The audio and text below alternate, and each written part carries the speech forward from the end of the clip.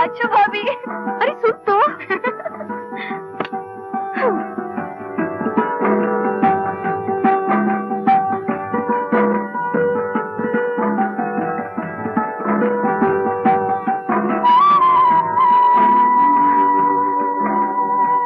इतनी देर किधर थी? क्रिकेट मैच देख रही थी? माँ के पास थी। अरे ये रात माँ जी के पास नहीं, मियाँ जी के पास गुजारने की है। मेरी माँ ने कहा था पहले सासू माँ को सुलाना, फिर खुद जाके सोना। बस सही बताया था, और कुछ नहीं बताया तुझे? नहीं। नहीं?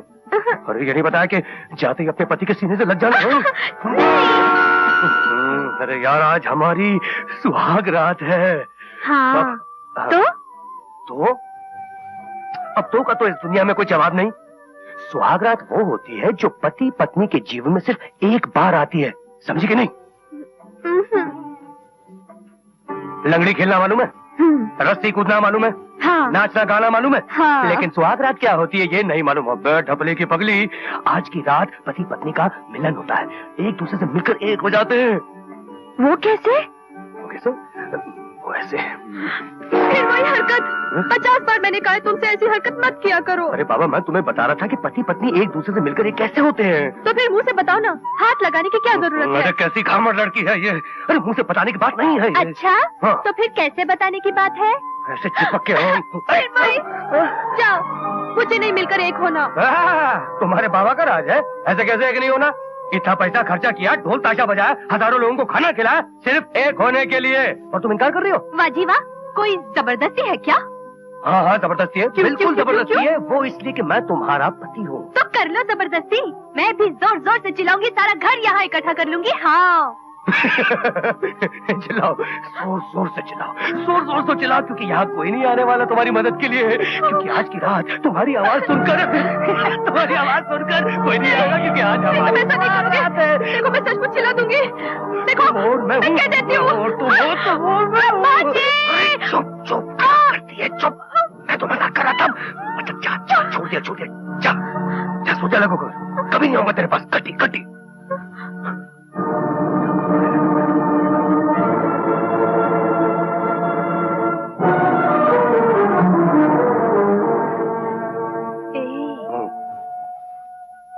रूठ गए?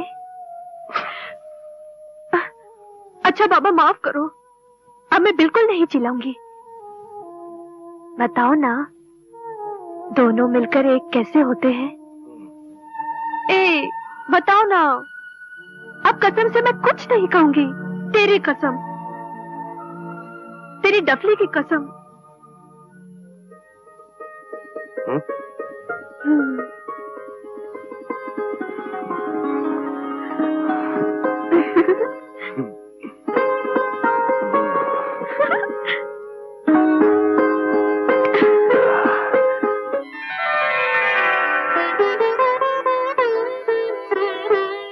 नमस्ते जेठ जी।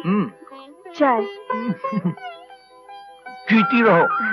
नमस्ते बड़ी जी। राहुल बेटे, ओ राहुल बेटे, अभी तक उठे नहीं? चलो जल्दी से मुंह हाथ धो लो, रसोई में तुम्हारे लिए दूध रखा है। चलो उठो।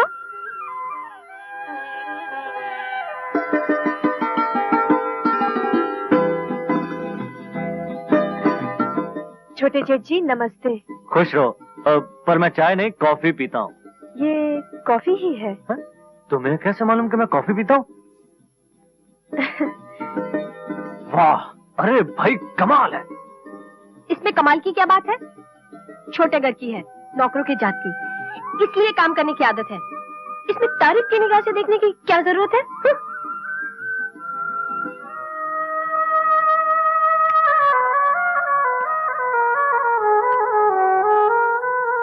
माँ जी उठिए।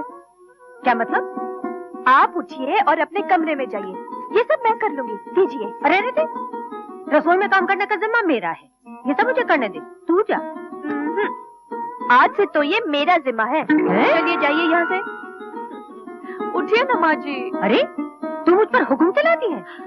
नहीं नहीं, हुक्म नहीं, मैं तो विनती कर रही हूँ आपसे। देखिए ना, आप ठहरी घर की सबसे बड़ी, आपको तो पलंग पर बैठकर सब पर हुक्म चलाना चाहिए, और मैं ठहरी घर की सबसे छोटी बहू, मेरा कर्तव्य है कि मैं सबकी सेवा करूं, है ना? अब चलिए, आप उठिए, उठिए, उठिए, उठिए। माला, चलिए ना। अरे अच्छी बहू ब्याह कर लाया है गोपाल। घर में आते के साथ ही छोटे बड़े सब पर थानेदार की तरह हुक्म चलाने लगी। कोई बात है? अरे तू देखती जाना, कुछ दिन में माँ जी खुद ही परेशान होके धक्के मार के निकाल देगी उसे।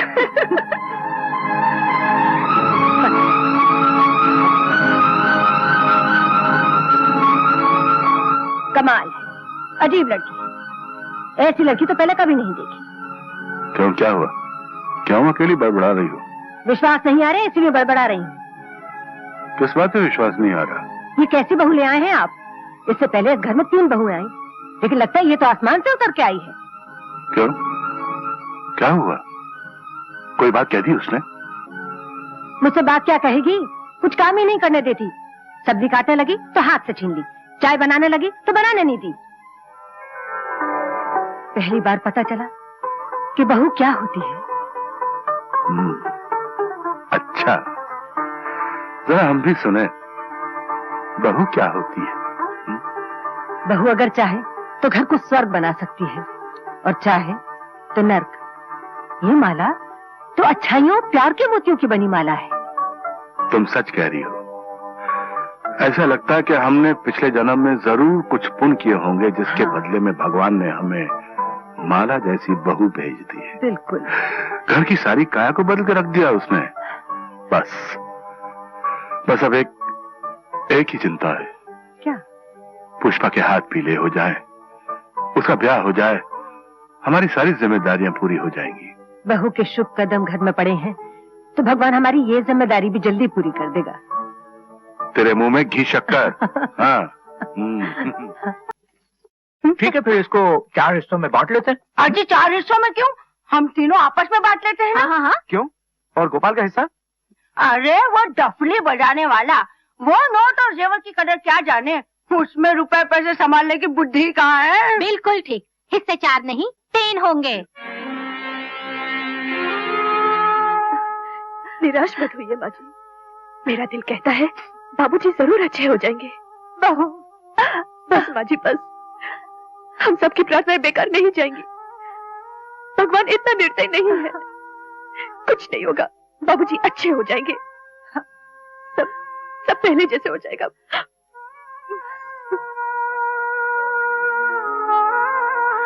डॉक्टर साहब, थैंक गॉड। ऐसे लगा जैसे मौत के हाथों में गया इंसान वापस लौट आया हो। घबराने की कोई बात नहीं, ऑपरेशन कामयाब रहा। देखा बाजी, मैंने कहा था ना, हम सबकी प्रार्थनाएं बेकार नहीं जाएंगी।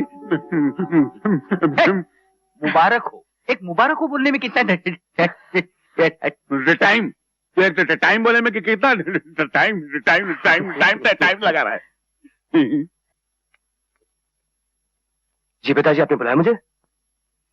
बेटे, वैसे लड़के वालों को रुपए देने का वादा तो कल का है, तुम आज ही जाकर दे आओ। वक्त से पहले रुपए देने से हमारी इज्जत बढ़ जाएगी। ये लो चाबियां। हाँ, तिजोरी में से 3 लाख रुपए निकाल कर दे आओ। जी बहुत अच्छा।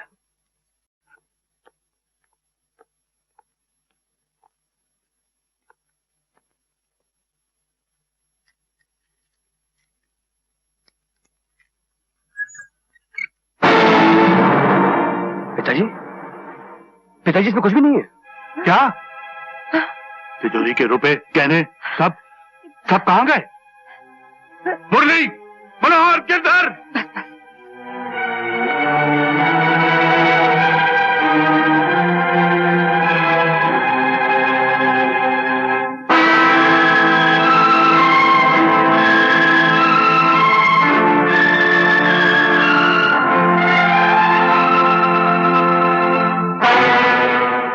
मैं पूछता हूँ, तिजोरी के रुपए गहने सब कहाँ हैं? हैं?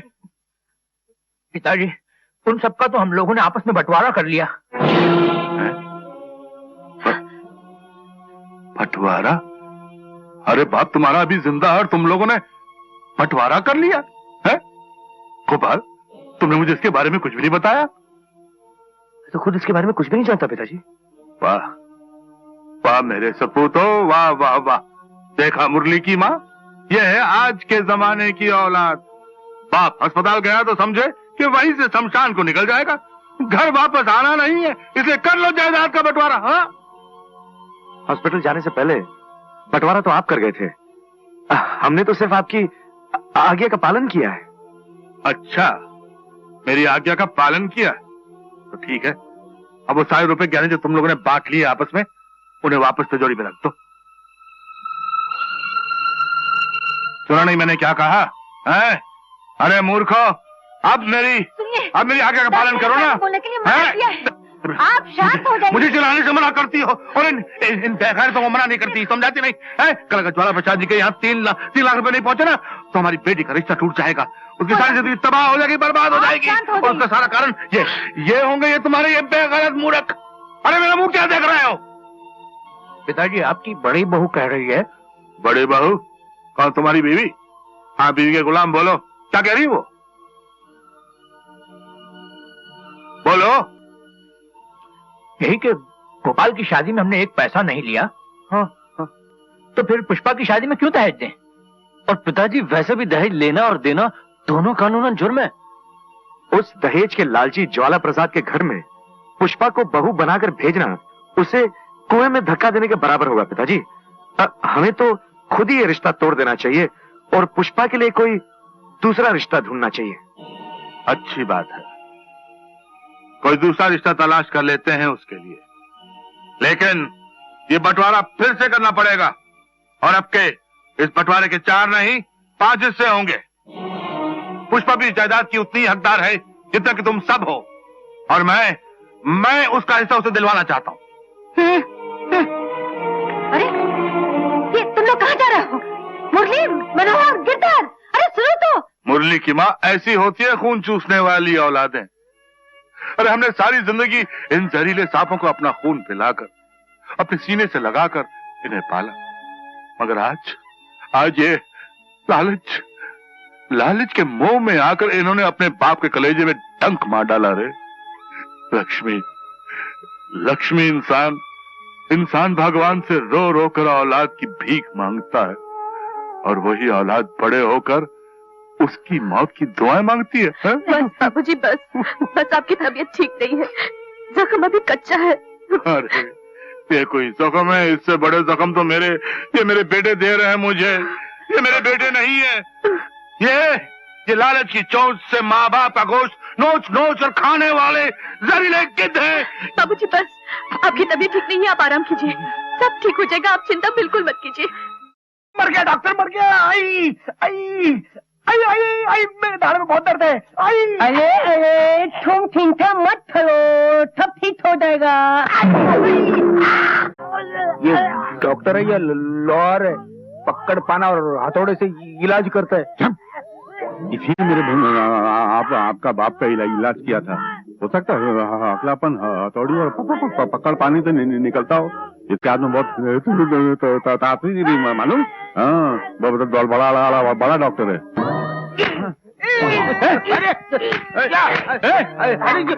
कीला ठोक रहा है, बहुत जोर का लगता है। अरे तू डॉक्टर है या कसाई? मुझे नहीं कराना इलाज, नहीं कराना इलाज।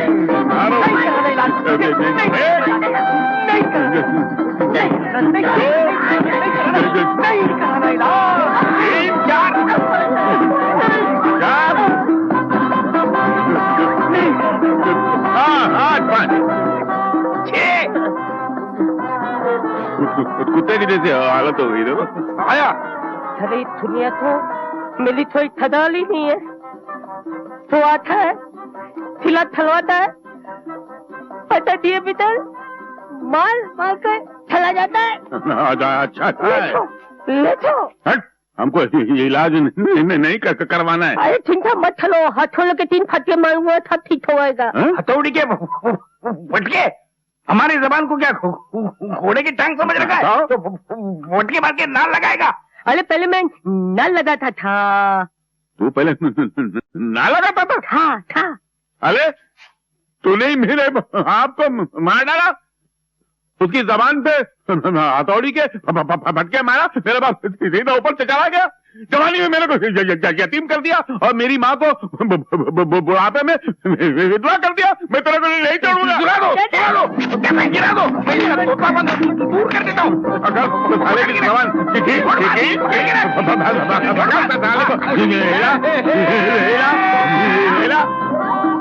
अबे करेगा साला कसाई।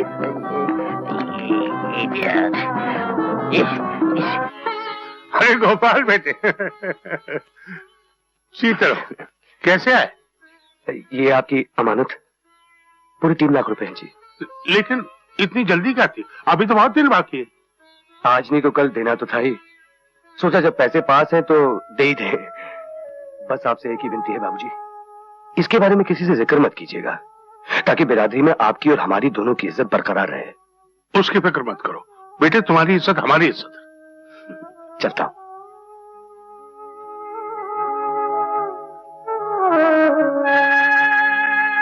पिताजी, पिताजी, मैंने कहा था ना कि मैं सब ठीक करके आऊंगा, कर दिया। ज्वाला प्रसाद जी बिना लेन देन के शादी के लिए तैयार हो गए। मुझे विश्वास नहीं आता। विश्वास क्यों नहीं आ रहा? गोपाल क्या झूठ बोल रहा है? ज्वाला प्रसाद जैसा आदमी और 3 लाख रुपए छोड़ दे ना, मुझे विश्वास नहीं आता। आपके साथ विश्वासघात हुआ है, इसलिए आपका विश्वास दुनिया पे से उठ गया है। वैसे दुनिया इतनी बुरी नहीं है मुरली के बाबूजी। मत कहो मुझे मुरली के बाबू, मेरा उनसे कोई संबंध नहीं। मैं सिर्फ अपने गोपाल का बाबू हूं, और ये माला जो मेरे लिए औलाद से भी बढ़कर है। अब छोड़िए ना पिताजी, ऐसी बातें तो होती रहती है। अब बसंत पंचमी को कम दिन रह गए, जल्दी कीजिए, हमें ढेर सारी तैयारी करनी है।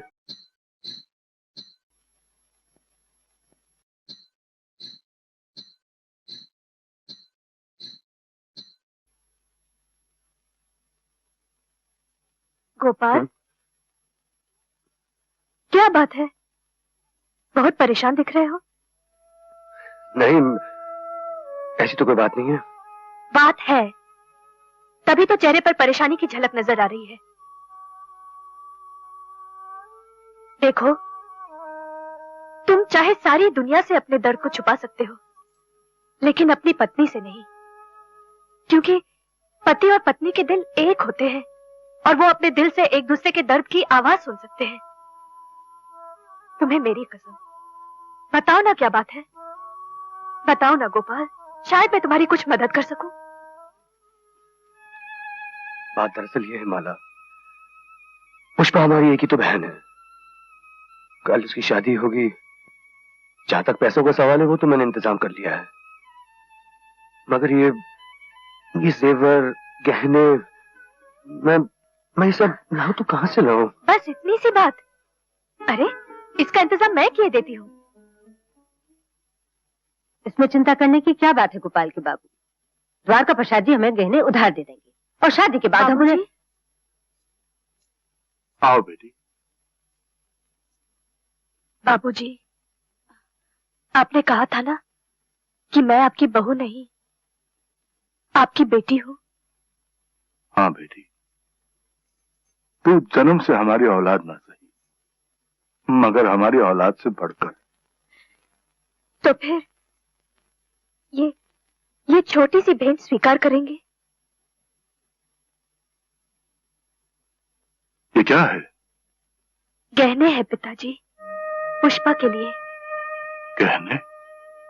किसके गहने? पिताजी, ये वही गहने हैं जो आपने मेरी शादी के समय मुझे दिए थे। नहीं बेटी, ये तेरे गहने हैं, हम इन्हें कैसे ले सकते हैं? एक बार जो दे दिया तो दे दिया, अब इनमें तेरा अधिकार है।